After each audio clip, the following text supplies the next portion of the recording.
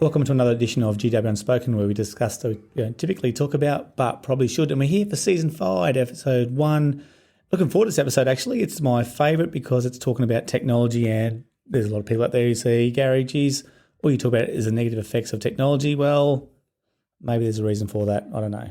But there's going to be people who are going to be offended, hopefully educated, and hopefully can make some educated decisions from this, from the research I've done, but also how I've done it now in my own life, but also in the education life I've been living and breathing, I suppose, now for over 26 years. And it's come to my attention that, wow, I've been doing some really bad things, or these poor behaviours now to probably not promote the people I've been working with, especially our kids, our personal own kids, but also the students that I guess deal with every single day. So look, we know that technology can have negative effects, and look, it's not technology is a bad thing. I know people around my age can think about how, we've gone from phones against the wall, we have to dial it, and using the push button phones, which is an amazing invention. We thought it was the next thing since sliced bread with that invention. But then we also then had the mobile phone, where the mobile phone had a big aerial cord. And the higher you got up on a steeple or on a cliff, it was actually better reception. To now a mobile phone, you don't have to remember basically any numbers, and it's just all there. You can actually say Siri, ring whoever, and it does it for you. So obviously it kills our working memory because it's all done for us. But it also sends emails. It also has pictures, those videos. Anything we want as the internet, whatever we want, it's in our hands. And look, it's a great device. It's a great invention, not knocking it. What I'm knocking, and I want to make sure people are aware of this, our listeners, is the addiction to technology, because the addiction to technology is a thing that's going to affect our way of life and also people living the way they are at the moment. And look, it's not uncommon for people in class at the moment having anywhere between 4 and 8 hours of technology a day. And for those parents who don't believe me, you might want to put some locks or some monitoring on your students or your kids' devices, because it's shockingly astounding about how much technology is actually listened to.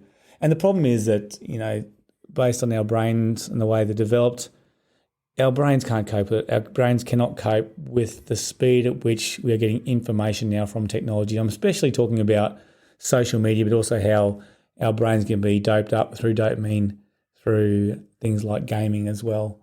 And I think it's because we're unaware of the dangers, of an overstimulated system. And I know the Triple P program parenting program did a 8,000 strong survey of parents about what their biggest stresses are at the moment. And, a lot of them is that they don't have time for their kids, and that's admirable. A lot of them is the way things cost so much money, and can certainly feel the pain there. But another big one is they're worried about social media and how it's affecting their kids. And the problem I've got is that I came across a book named Teen Brain, and it was by David Gillespie. I'm really excited to have him on the show next week. And he had another follow-up book called Brain Reset, and it changed my life perspective with my family especially. And I used to take my daughter to the footy when she was really young, and I'd take the iPad along there. And I remember one time I used to go there early, loved the pre-game shows, and got a little pack of chips and a Calypso ice cream, and eventually got into the first part of the game. About 8 minutes in, I'll never forget this. And my daughter at the time says, Dad, how much longer we got to go? And I said, about 72 minutes. She says, okay, give me the iPad. I just started laughing.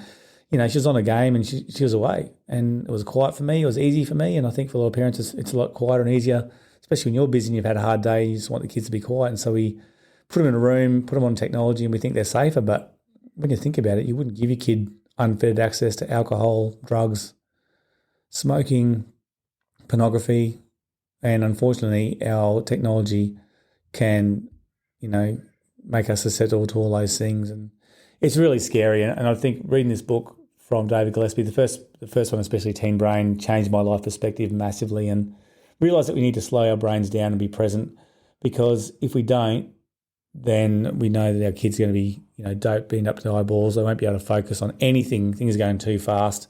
They won't be able to slow themselves down. They won't be able to concentrate in classes because they have an overstimulated system. And the problem is, as Gillespie states, and he's done the research, is that when we do have an overdopamine system in our brains, it allows us to be more susceptible to things like drugs, alcohol, pornography, more gaming, more social media, more online shopping, which again is a double dopamine, because you not only do you scroll through and get the excitement of buying something.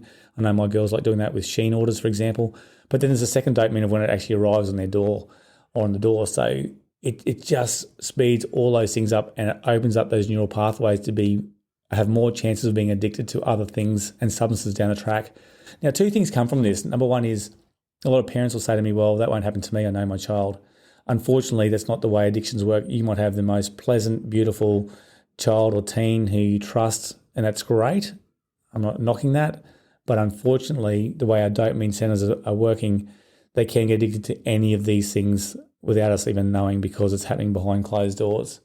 The second thing it does, it actually makes us, I feel, more responsible consumers of technology, and now also, realistically, it should make us more, I suppose, susceptible or prone to making the right decision for the access that we give our teenagers especially. Now, look, parents, we have a role to play, and Simon Sinek says it really well. Technology is not bad, it's the addiction to technology. And unfortunately, our kids cannot control often the amount of technology we have. It is not uncommon for classes that I teach to have kids in class who have addiction of technology between 4 and 8 hours a day. That's a school day, so that's a third of a day they're on technology.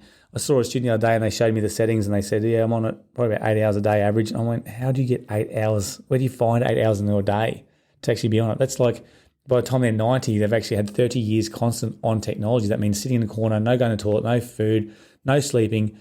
Out of a 90-year age, you're on technology for 30 years doing nothing but on your social media. And the biggest one they were using was Snapchat and Instagram. So it was just crazy, and I couldn't understand it. Our parents have a role to play. I think a week ago on the way home, I was about 7 or 8 minutes from home, and I usually listen to an audio book, but I put the radio on, and there was a talk show talking about the dangers of technology and parents being upset and worried and complaining about this. How do we stop them? Because we know that teenagers want to be part of a group, and our culture, the way we were born and bred, we want to be part of something. We want to be part of a community. And so kids are often on TikTok or Instagram or social media. Oldies are probably a bit more on Facebook, but that's how they feel like they are connected.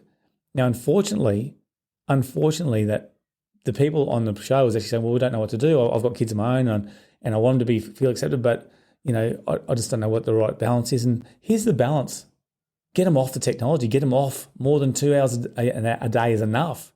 It's enough because we never used to allow kids on our phones for that long anyway. And a phone call is a lot different than being on a Snapchat or on a social media group where it's just mainly garbage.